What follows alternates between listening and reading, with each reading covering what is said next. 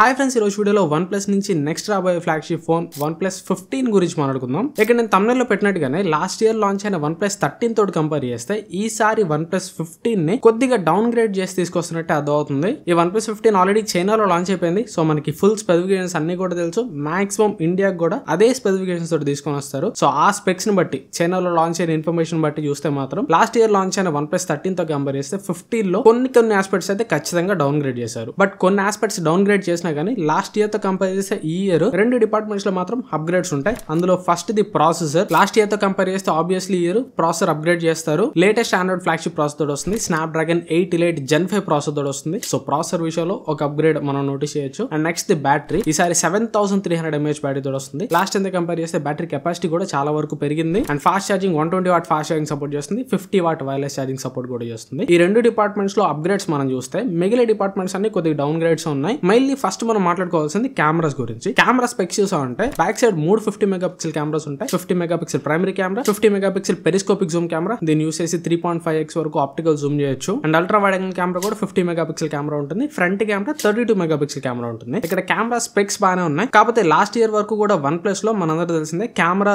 Lens collaboration hazel blade తోటి ఉండింది. అంటే camera lens and camera algorithm hazel blade ఉండేది. మళ్ళీ కెమెరా కలర్ ఆల్గారిథం ఏదైతే మనం ఫోటోస్ తీస్తామో ఆ కలర్ ఆల్గారిథం, ఆ కలర్ ప్రాసెసింగ్ అంతా కూడా హెజల్ బ్లేడ్ పార్ట్నర్షిప్ లో ఆ ఫోటోస్ క్యాప్చర్ చేసే కలర్ ఆల్గారిథం మొత్తం కూడా హెజల్ బ్లేడ్ తీసుకున్నది. సో దట్ ఏంటంటే మనకి ఫోటోస్ చూడడానికి న్యాచురల్ గా మంచి రిచ్ కలర్స్ లో ప్రొఫెషనల్ గా ఉండే. ఇప్పుడు ఫర్ ఎగ్జాంపుల్ మీరు షామీ ఫ్లాగ్షిప్ ఫోన్స్ లో చూసుకుంటే లైకా లెన్స్ పార్ట్నర్షిప్ ఉంటుంది. వివోలో అయితే జైస్ లెన్స్ పార్ట్నర్షిప్ ఉంటుంది. సో ఇట్లా ఈ పార్ట్నర్షిప్ ఉన్న ఫోన్స్ అన్ని కూడా కెమెరాకి ఒక ట్రేడ్ మార్క్ సెట్ చేసినాయి. ఇప్పుడు వివోలో X సిరీస్ లో వస్తాయి ఫ్లాగ్షిప్ సిరీస్, X100 Pro అని, X200 Pro అని, రేపు మళ్ళీ డిసెంబర్ లో X300 సిరీస్ కూడా వస్తాయి. వీటన్నిటికి జైస్ పార్ట్నర్షిప్ ఉంది. జైస్ పార్ట్నర్షిప్ ఉన్న ప్రతి ఫోన్ లో వివోలో మీరు అబ్జర్వ్ చేయండి, జైస్ పార్ట్నర్షిప్ ఉన్న ప్రతి ఫోన్ లో కెమెరా క్వాలిటీ బాగుంటుంది. అండ్ జైస్ పార్ట్నర్షిప్ ఉన్న ప్రతి ఫోన్ లో నార్మల్ ఫోన్ తోటి కంపేర్ చేస్తే కొద్దిగా బెటర్ కలర్స్ ఉంటాయి. అండ్ వివో వాళ్ళు అయితే వాటికి కొన్ని స్పెషలైజ్డ్ ఫిల్టర్స్ ఇస్తారు. జైస్ కలర్ ఫిల్టర్స్ కొన్ని ఇస్తారు. అట్లాగే లైకా కూడా మిగిలిన షామీ ఫోన్స్ తోటి లైకా పార్ట్నర్షిప్ ఉన్న ఫోన్స్ తోటి మీరు కంపేర్ చేస్తే లైకా పార్ట్నర్షిప్ ఉన్నవి కెమెరా పరంగా చాలా బెటర్ పర్ఫార్మెన్స్ చేస్తాయి. అట్లాగే OnePlus కూడా OnePlus బేస్ మోడల్ అంటే OnePlus R సిరీస్ ఉంది కదా, 12R 13R, వీటన్నిటి హెజల్బ్లేడ్ పార్ట్నర్షిప్ ఉండదు. అదే ఫ్లాగ్షిప్ ఫోన్ కి వచ్చేసరికి హెజల్బ్లేడ్ పార్ట్నర్షిప్ ఉంటుంది. సో అక్కడ కెమెరాలో క్లియర్ డిఫరెన్స్ మీరు నోటీస్ చేయొచ్చు. కాకపోతే ఈసారి OnePlus 15 లో ఆ హెజల్బ్లేడ్ పార్ట్నర్షిప్ తీసేస్తున్నారు. ఈసారి OnePlus 15 ఏ లెన్స్ పార్ట్నర్షిప్ తోటి రావట్లేదు. Just plain OnePlus camera algorithm గానీ, కెమెరా ఇమేజ్ ప్రాసెసింగ్ గానీ ఎట్లాంటి లెన్స్ పార్ట్నర్షిప్ లేకుండా ఈసారి కేవలం OnePlus వాళ్ళు మాత్రం చేయబోతున్నారు. ఇది ప్లస్ అండ్ మైనస్ పాయింట్ రెండు అనుకోవచ్చు. నన్ను అడిగితే ఇది ఒక డౌన్ గ్రేడ్. ఎందుకంటే హెజల్బ్లేడ్ కెమెరా అంటే ఆ హెజల్బ్లేడ్ కెమెరా చూసి OnePlus ఫోన్స్ తీసుకున్న వాళ్ళు కూడా ఉన్నారు. సో అట్లాంటి సిచ్యువేషన్ లో ఇది డౌన్ గ్రేడ్ అని చెప్పాలి. కాకపోతే పాజిటివ్ సైడ్ ఏంటంటే నేనేమనుకుంటున్నానంటే OnePlus వాళ్ళు ఎప్పుడు కూడా కొద్దిగా మంచి అవుట్పుట్ ఇవ్వడానికి ట్రై చేస్తారు. సో నేనేమనుకుంటున్నానంటే ఇన్నాళ్ళు వీళ్ళు హెజల్బ్లేడ్ తోటి వర్క్ చేసి వాళ్ళ దగ్గర కొద్దిగా పని అదంతా అంటే పని రాదని కాదు, వాళ్ళు మాస్టర్స్ అయ్యి ఇంకా హెజల్బ్లేడ్ కంటే బెటర్ అవుట్పుట్ ఏమన్నా ప్రొవైడ్ చేయడానికి కూడా ఛాన్స్ ఉంది. కాకపోతే ఇది 90% జరగదు. 90% హెజల్బ్లేడ్ కలర్స్ ఉంటేనే బాగుంటది, హెజల్బ్లేడ్ పార్ట్నర్షిప్ ఉంటేనే బాగుంటది. సో ఈ హెజల్బ్లేడ్ పార్ట్నర్షిప్ తీయడం అనేది ఫస్ట్ మేజర్ డౌన్ గ్రేడ్ అని చెప్పాలి. నెక్స్ట్ డౌన్ గ్రేడ్ డిస్ప్లే లో ఇచ్చారు. డిస్ప్లే ఇది 6.78 inch LTPO AMOLED ప్యానల్. కాకపోతే ఈసారి ఇది ఓన్లీ 1.5K రెజల్యూషన్ తో మాత్రం వస్తుంది.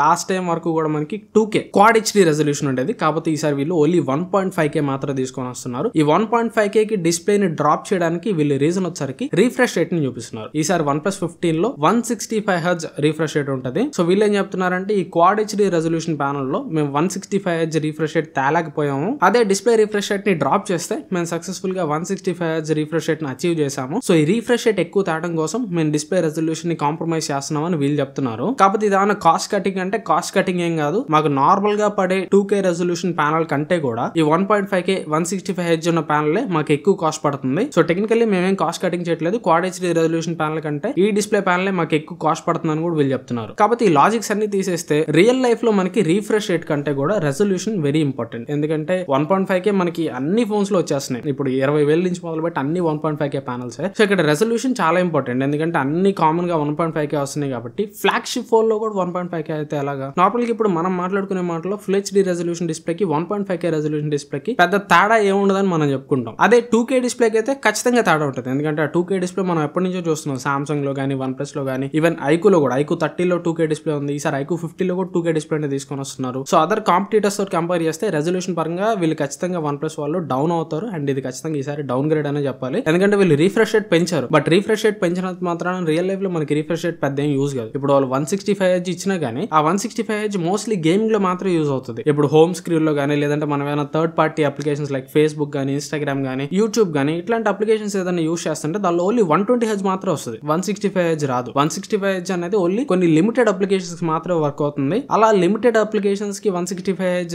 ఎక్స్పీరియన్స్ చేయడానికి రెజల్యూషన్ ని కాంప్రమైజ్ చేయడం అనేది అది ఎందుకో నాకు అంత కరెక్ట్ కాదనిపించింది. సో డిస్ప్లే పరంగా కంపేర్ చేసినా గానీ లాస్ట్ జనరేషన్ తో కంపేర్ చేసిన కాంపిటీటర్స్ తోటి కంపేర్ చేసిన OnePlus 15 ఈసారి తగ్గుతుంది. Next finally design. ఈసారి OnePlus 15 మీరు క్లియర్ గా అబ్జర్వ్ చేస్తే ఏదైతే OnePlus 13s ఉందో సేమ్ అట్లాంటి డిజైన్ లాంగ్వేజ్ తోటి వస్తుంది. కెమెరా మాడ్యూల్ ఒకసారి మీరు అబ్జర్వ్ చేయండి. సేమ్ OnePlus 13s లో అట్లాంటి కెమెరా మాడ్యూల్ ఉందో దీంట్లో కూడా అట్లాంటి కెమెరా మాడ్యూల్ ఉంది. ఇక్కడ డిజైన్ బిల్డ్ క్వాలిటీ పరంగా వీళ్ళేం కాంప్రమైజ్ కావట్లేదు. ఖచ్చితంగా గ్లాస్ అండ్ అల్యూమినియం కాంబినేషన్ తీసుకొని వస్తున్నారు. కాకపోతే డిజైన్ లాంగ్వేజ్ నాకు నచ్చలేదు. ఎందుకంటే OnePlus 13 చూడడానికి చాలా బాగుంటది. పర్టికులర్ గా blue colour leather back phone అయితే ఎక్సలెంట్ గా ఉంటది. అలాంటిది OnePlus 13 కి లోవర్ మోడల్ గా తీసుకొచ్చిన OnePlus 13s డిజైన్ OnePlus 50 లో దాటా నాకు నచ్చలేదు. ఎందుకంటే ఆబ్వియస్లీ ఆ డిజైన్ మనం ఆల్రెడీ చూసాం. OnePlus 13 నాకు లుక్స్ కూడా పెద్ద ఏం నచ్చలేదు. ఆ కెమెరా మోడల్ అంతేం బాగాలేదు. అండ్ ఆబ్వియస్లీ అది OnePlus 13 కి లోవర్ మోడల్ గా తెచ్చిన OnePlus 13s నుంచి తీసుకొస్తున్నాం కాబట్టి ఖచ్చితంగా డిజైన్ పరంగా ఆ కొత్త ఫీల్ అయితే ఉండదు. నాకైతే OnePlus 15 చూడడానికి అంత బాగా నచ్చలేదు. సో నా పరంగా అయితే డిజైన్ కూడా ఒక డౌన్ గ్రేడ్ అని చెప్పాలి. సో ఇది వాళ్ళకి OnePlus 13 గురించి ఫుల్ డీటెయిల్స్ అయితే డౌన్ గ్రేడ్స్ అప్గ్రేడ్స్ చెప్తూనే దీనిలో ఉన్న స్పెక్స్ అన్ని కూడా మీకు చెప్పేశాను. And main point pricing. ఈసారి ప్రైస్ వీళ్ళు పెద్దగా పెంచుతారని నేను అనుకోవట్లేదు. ఎందుకంటే వీళ్ళు మెయిన్లీ హెజల్బ్లేడ్ పార్ట్నర్షిప్ తీసేస్తున్నారు కాబట్టి ఆ పార్ట్నర్షిప్ కి ఖర్చు అయ్యే డబ్బులు వీళ్ళకి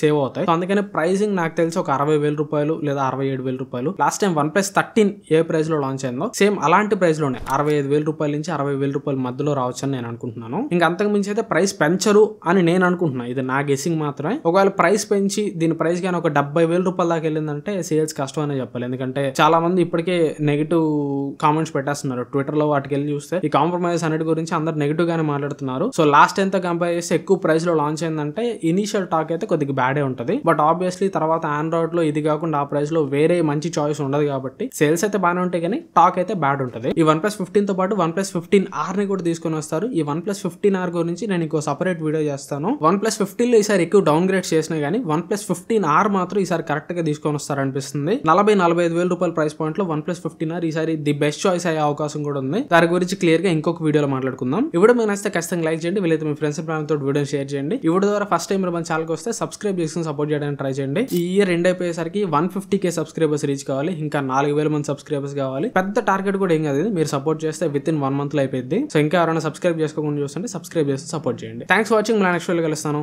బై బై.